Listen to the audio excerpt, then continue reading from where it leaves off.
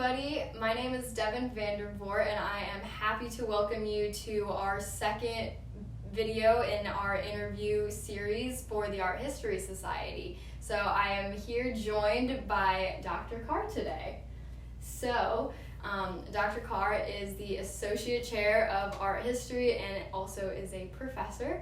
So she's just going to talk a little bit about your area of interest and how that's led you to all of your vast careers.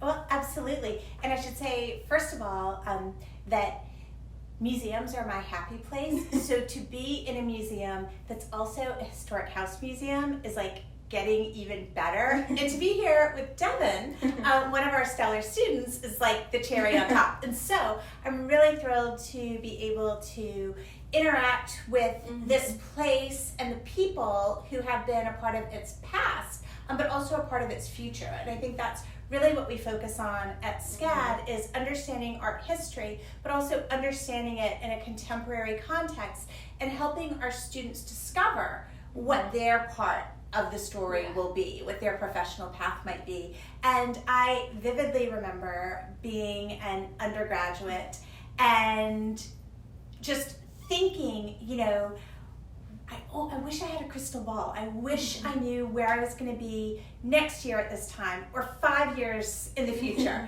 And I never would have predicted when I was a senior that I actually would also be a professor.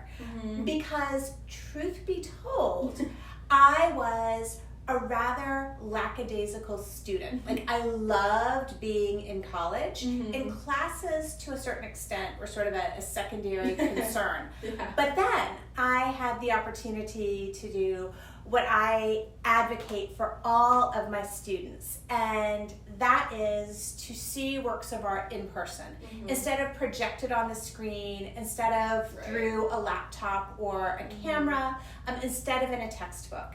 And so I had the extraordinary opportunity to spend my junior year studying in London, where every single week we were in museums, galleries, concert halls, theaters, and I came back and I told my bewildered advisor that I was going to double major in art history. And so my senior year, I was taking 5 300 level art history classes. Oh my gosh. It was a lot. It was a lot. But it was one of those serendipitous things when to go back and fulfill the distribution requirements, I ended up, simply because of the timing of the class, not because of an interest in the material, taking a class in the history of photography. And little did I know that 10 o'clock in the morning, Monday, Wednesday, Friday class was going to lead to my first job out of college. Because I had the great good fortune to earn an interview at the National Gallery of Art that literally took place the day after graduation. So we graduated on a Sunday morning. I packed my car, still wearing my robe, drove to Washington, D.C., and had an interview at 9 a.m. the next morning with the curator of photographs. And had I not taken that class, I wouldn't have had the background to really engage with the focus of that curatorial department. And so for 2 years, I was able to go in and out of all the departments in the National Gallery of Art in Washington, D.C. I had a front row seat to the blockbuster Vermeer exhibition. Copley in America was another transformational exhibition. Do you notice I'm not mentioning the photography exhibitions? So taking that position, any position at the National Gallery of Art, was a way to enhance my resume and really understand the curatorial process and practice at a major art museum. But my heart was not in photography.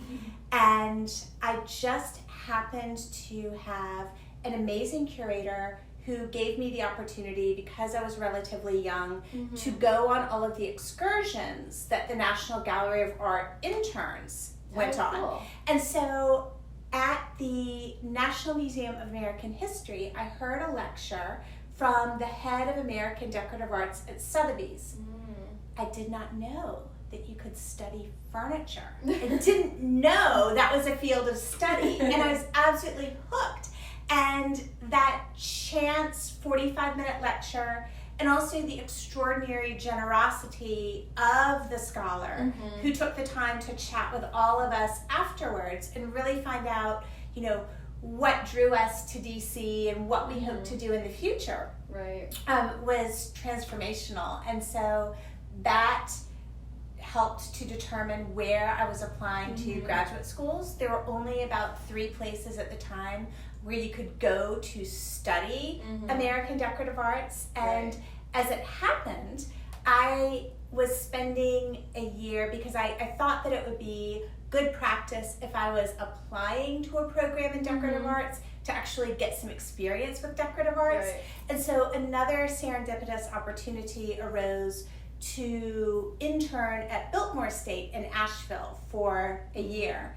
And so I was cataloging 19th century French table linens. Wow. And objects much like many of these around us. Washstands from the servants' quarters, but getting my hands on everything and learning how to understand what an object is telling you. Like when you handle it, patterns of wear or patterns of staining even, and then how to really look closely at every object and document it. Because that ability to catalog an object is fundamental to any museum, auction house, or gallery position. And so, after Biltmore, graduate school, ended up speaking to the head of textile conservation at Biltmore Estate, and she was the one who convinced me to broaden my scope. She said, don't just think about American decorative arts. It is a wide world of objects. And so I ended up going to a program that included American, but also gave us the opportunity as students to travel abroad. So my first summer I spent in London, my second winter I spent in Paris, and I came back with just this expanded, enhanced worldview that somehow, as I was finishing my comprehensive exams, I saw a black and white advertisement in the American Association of Museums newsletter, as it was known. And it would come out once a month, and it said, we need a scholar in residence at a little women's college in Virginia to teach our students about museums. And I thought, well, what do I have to lose? And at that point, I had 2 applications out. One was for a postgraduate fellowship at the Smithsonian American Art Museum. And the second was this scholar in residence position for this little women's college where I thought I would be for a year. And in October, so about 6 weeks after I started, they said, we think there might be something here next year for you if you want it. Because no one had really explained to them before exactly what they had. They were sitting on a treasure house of riches. And so for an entire decade, instead of spending 1 year, I spent a decade in that position, really transmitting my love of museum studies and museum practices and decorative arts to, like 10 years worth of students. And then I had the great good fortune once more just to be scanning job advertisements, which I always keep an eye on for the benefit of my students. But I saw one from SCAD that looked as though it had been written for me. And I didn't have any real reason to leave except that I just completed my doctorate. And so typically when you finish your doctorate, you do what they call go on the market. And I'd had a really interesting year of interviews and campus visits, but nothing felt quite right. And I came to SCAD, Savannah and April, right? Could they have timed it any better? And the department just felt like home. And there are so many resources here for someone who specializes in 19th century American art. Savannah is my toy box. Like, I've been known to embrace an iron railing before, and the city is just so extraordinary. Yeah. The resources at our local museums and historic houses are so extraordinary, and so having the opportunity once more to really integrate that into our coursework and course practices, you're the perfect case in point of that, right? And so here we are in your place of employment, the Hayward House, which came out of a series of interactions that you had following your own interest through our program.